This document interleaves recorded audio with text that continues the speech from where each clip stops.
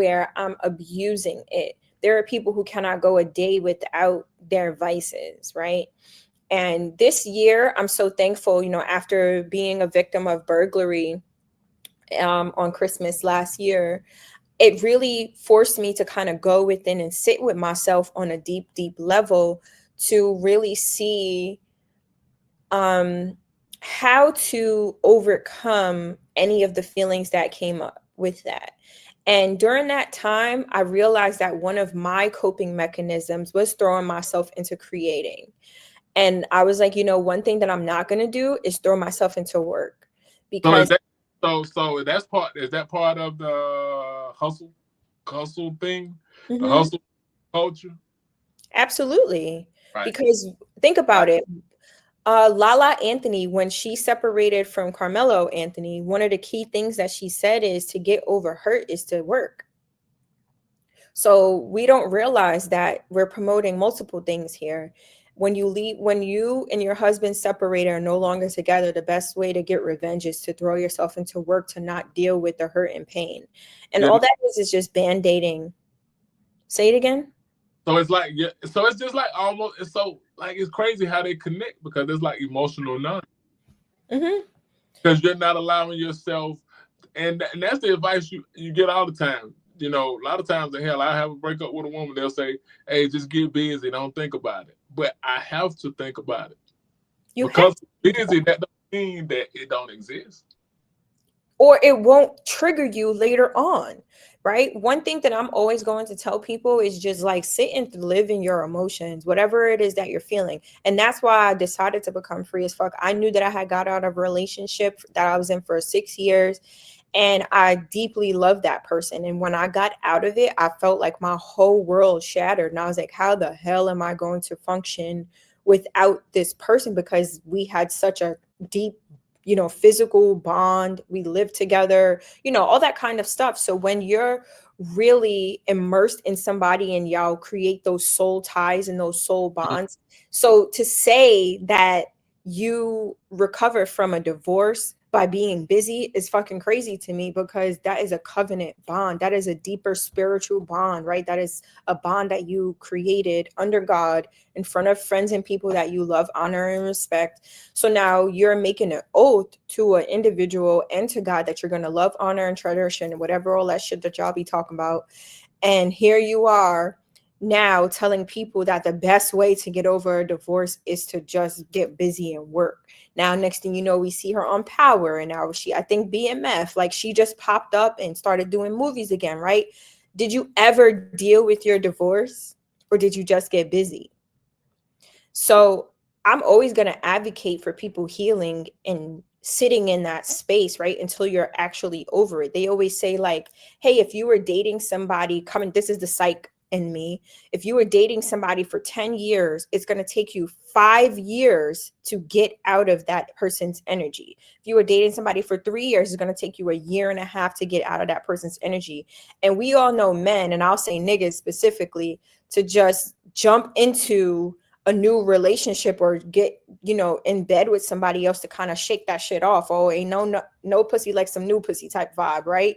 So it's like you Yeah. jump into those types of situations and you haven't even shed that person's energy and aura, and meanwhile the woman is out here hurting, going through the motion. She all messed up. Next thing you know, she in school, she got a new job, she got a new car, she got a new bag, because she sat with that energy and then transmuted it to be something else, right?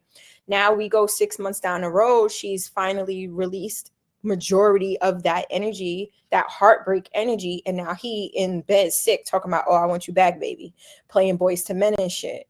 Like, do you understand? And that was all because they didn't sit with that energy.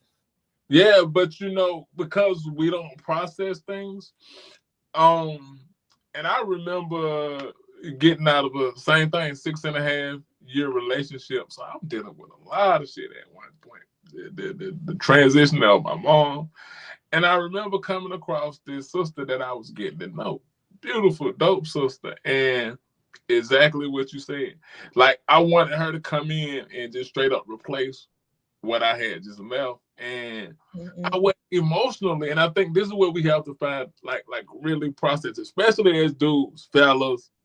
We Yeah. really process like our mental and our emotional space, because I wasn't in the and thank goodness that she picked up on it, and I wasn't in the right mental space to even be dating. Like I'm going through the loss of my mom, which is the most important thing, but Right. then I'm trying to numb myself and say, yo, I'm trying to replace the woman that, like you said, I love this woman deeply, dearly.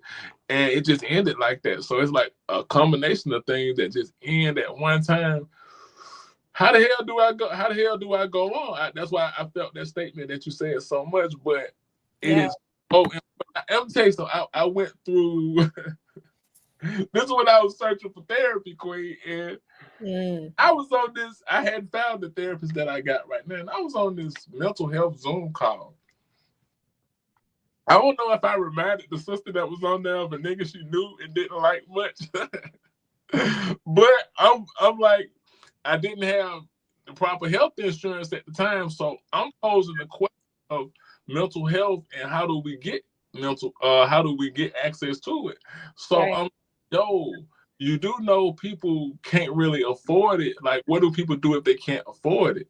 So I don't know. I think I reminded her of somebody. She's like, but she gave me a word in a roundabout way. She was like, let me tell you something, oh, I said. She was like, this ain't way. She was like, is that your name? Oh, I said. She was like, I was like, yeah. She was like, you know what your problem is? That she don't know me, Queen. She's like, you need to sit in your shit.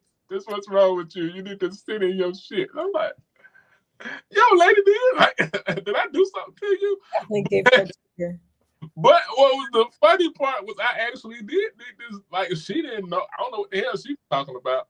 But I learned, and I remember doing a video saying unpack your shit. I had to sit in my emotions and really process them and deal with my emotions like a man, and not numb your emotions, fellas, and say, "No, man, we all feel that." Because I think what we did, Mm-hmm. we began to do like word association with emotions, right?